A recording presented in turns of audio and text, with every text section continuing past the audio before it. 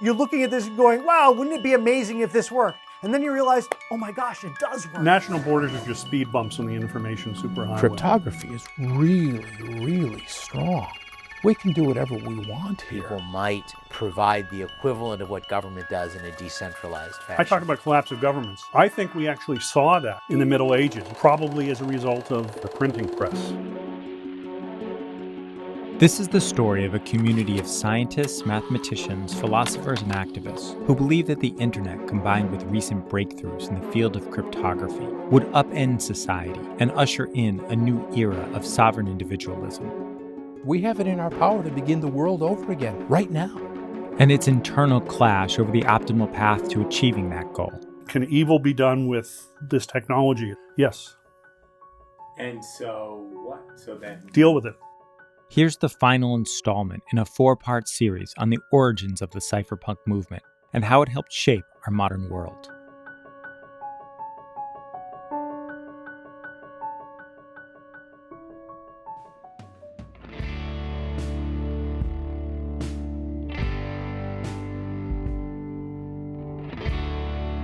We see a free world that has achieved a level of prosperity unprecedented in all human history. Mr. Gorbachev, tear down this wall.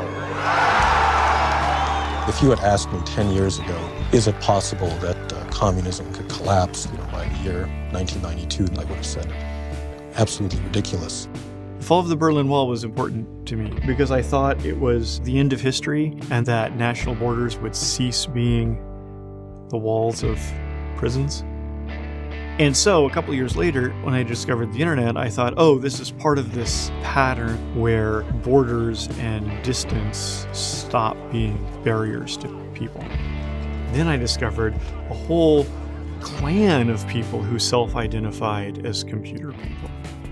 I found my tribe, and among that clan was the Cypherpunks mailing list. If you want to subscribe to our mailing list, send a blank email message and just say subscribe Cypherpunks. And what is a cypherpunk? What do you guys stand for? Cypherpunks are cryptography activists. The Cypherpunks email list, which started in the fall of 1992, 1 year after the launch of the World Wide Web, became a gathering place for a global community interested in using cryptography to allow individuals to communicate and transact on the internet privately and without interference from a central authority. In the last 20 years, the basic techniques to do all sorts of impossible seeming things have suddenly emerged. Put them into practice. Many cypherpunks were inspired by the work of the computer scientist David Chaum, who had demonstrated that it was possible to use cryptography to build an anonymous payment network that ran on the internet. Because of the cypherpunks and because of the science papers of David Chaum, I thought the third thing that's going to happen is economic freedom. That people are going to be no longer constrained by national borders and distance from cooperating and sharing resources and helping each other. But at this watershed moment of collapsing borders, there was a divide within the cypherpunk community over whether these cryptographic tools would lead to more individual freedom, free trade, and the spread of democracy, or the end of government altogether. The cypherpunk movement's most influential figure was the physicist and intellectual provocateur Tim May, who coined the phrase cryptoanarchy. He saw the fall of the Berlin Wall as evidence that the societal institutions we take for granted could collapse in short order, just as they had in the Middle Ages. We saw the little principalities, the monarchies, the religious, the papal states. We saw those collapse, probably as a result of publishing, printing. May penned a one-page summary of how cryptography would upend society.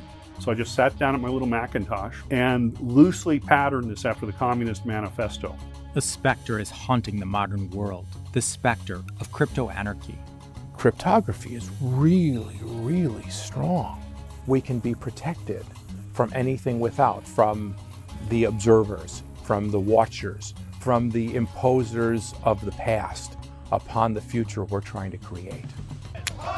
May was skeptical of the idea that humanity was witnessing an unabashed victory of economic and political liberalism, or that it was possible to overcome tyranny through collective action.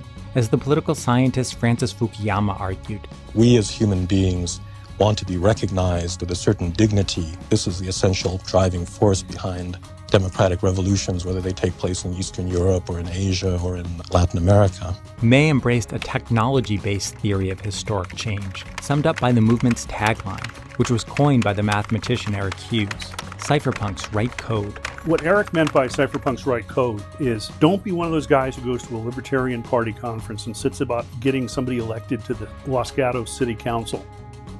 That way lies madness. Whereas the interesting things that had happened had been technological changes: the telephone, the copy machine, the VCR. The philosophy that I really got interested in is that you don't just go and ask the regulator, oh, we need more privacy online. You go fix it. Arguing and complaining and lobbying and politics have nominal effect, and what changes the world is technology adoption and, society shifting its viewpoints. For crypto-anarchists like May, writing code meant building systems for anonymous transactions on the internet that made the arbitrary divisions of the political world irrelevant. National borders are just speed bumps on the information superhighway.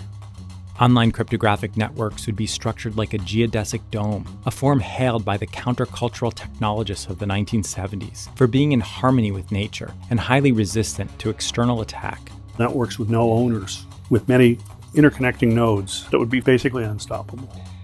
In a geodesic market, economics will no longer be the handmaiden of politics, the cypherpunk writer Robert Hettinger noted, and nation-states will eventually be as ceremonial as modern-day constitutional monarchs. This idea of a many-to-many connection was clearly going to happen. But it was much easier to build a functional network for cooperation and trade when you can rely on a central authority to enforce the rules. How can we use this weird crypto technique to solve this strange, esoteric little problem that in the real world you just solve because, I know what your social security number is, or you have to have your government issued ID that you take into the bank so that you can open up your bank account and they can link the two together and say, okay, if Jim McCoy walks out on this $100,000 loan, well, we know where to find him. I was trying to deal with those problems. You can buy and sell property in cyberspace using cryptographic protocols. The idea of ways in which people might provide the equivalent of what government does in a decentralized fashion. Tim stole some ideas from My Machinery of Freedom, and he reprocessed them with all this technological stuff, and then I stole them back. A function of government that was particularly hard to replicate using cryptography was the issuance of money. The cypherpunks attempted to build a borderless internet currency system as anonymous as cash, and that, like gold, held its value without the backing of a central bank. Gold makes very good money because nobody can manufacture more of it very readily, put it mildly, right? Whereas bits are perfectly copyable, so turning bits into good money is quite difficult. Tim May and many others considered electronic cash to be the holy grail because it completed the picture. A private and decentralized monetary system, May argued, was a key component in constructing a new borderless world where the activities and assets of individuals would be resistant to government control and confiscation. You don't physically meet the person if you don't even know what continent they're on. You can't coerce them. But there was another faction within the movement that rejected Tim May's vision of cordoning off a new world in cyberspace. The high-tech Hayekians were people like Eric Drexler, Mark Miller, Phil Salin. They were focused on designing secure computing systems based on economic insights, particularly those of the Austrian-born Nobel Prize winner Friedrich Hayek. Instead of building a new virtual world shielded from government interference, the high-tech Hayekians sought to use technology to demolish walls and divisions within the existing world. They imagined that introducing new tools for human coordination would gradually erode the government's ability to impinge on our freedoms. We did lots and lots of fantasizing about how the world could be different, but we saw this as emerging from inside the world.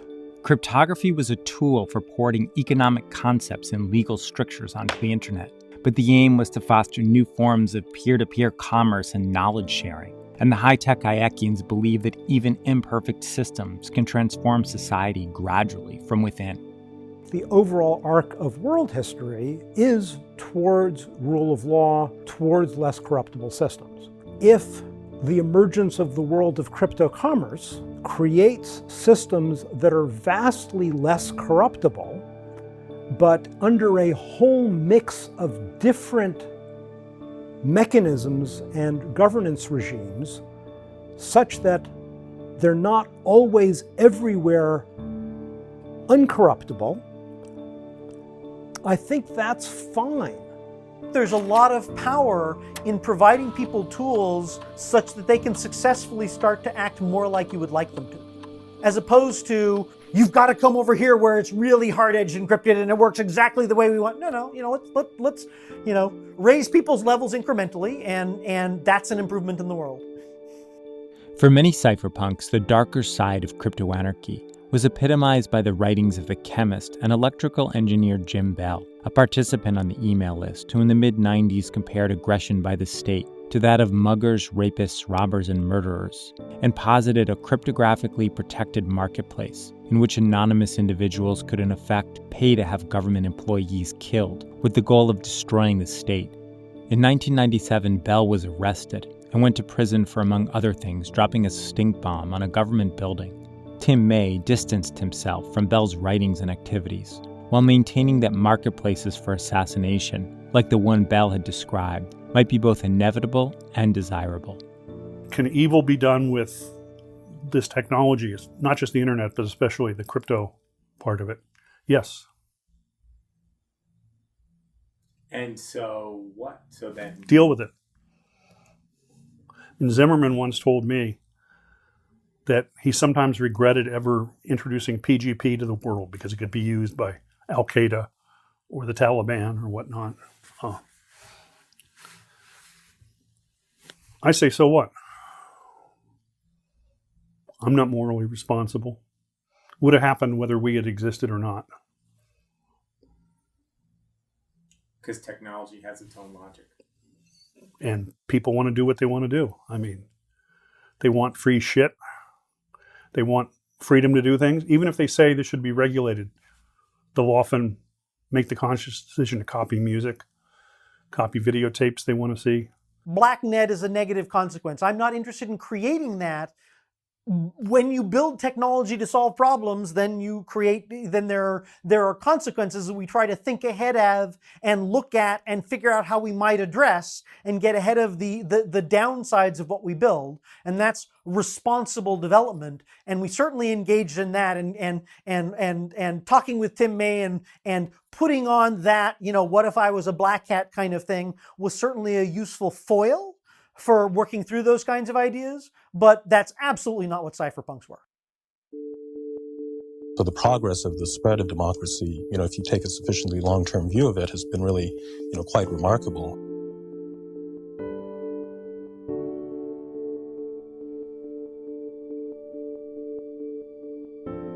Our dream was to enable the future of human freedom. And we had this bizarre confidence about how the future would unfold and to, using Alan Kay's famous phrase, to have a huge hand in inventing it. But the road had a lot more weeds and detours than we could have anticipated. When we first launched, we were hoping for, maybe 400, 500 people. Now we're at 100,000 people, so who knows where we're going next. Using the ever-growing storage capacity of servers belonging to companies like Google Instead or of IBM. it being on your server, under your desk, that stuff is being taken care of for you. Professionals keep track of all the programs and the Who data. Who doesn't want a simpler life? I find this way of working You more collect simple. half a gigabyte of information on your customers. What do you do with that They information? want to know everything about you so they can sell you stuff. And it results in you each getting a digital proctology exam. The NSA specifically targets the communications of everyone. Over the next quarter century, the internet would make possible an explosion of individual freedom and information sharing, just as Phil Salen had predicted in 1991. But it would also grow into a surveillance apparatus that bore out the dystopian vision of journalist David Burnham in his 1983 book, The Rise of the Computer State. Large bureaucracies, with the power that the computer gives them, become more powerful, and they are escaping the checks and balances of representative democracy. Facebook collects information that the East German Stasi would have killed for. I think that most people are quite happy to hand people all of the information about them online in return for a few pics of your high school friends, kids, or whatever. By the mid-2000s, it seemed the cypherpunk movement had mostly failed. Then came a global financial crisis, followed by massive bailouts by central banks.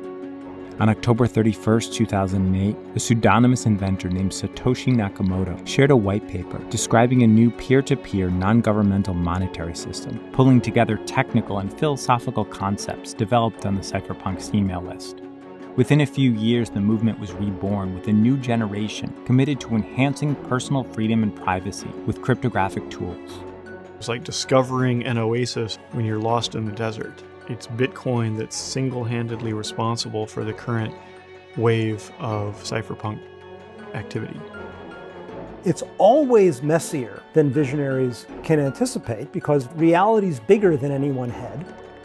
We're still on the road in the quest to build architectures that amplify human freedoms and protect us from the dynamics in the other direction.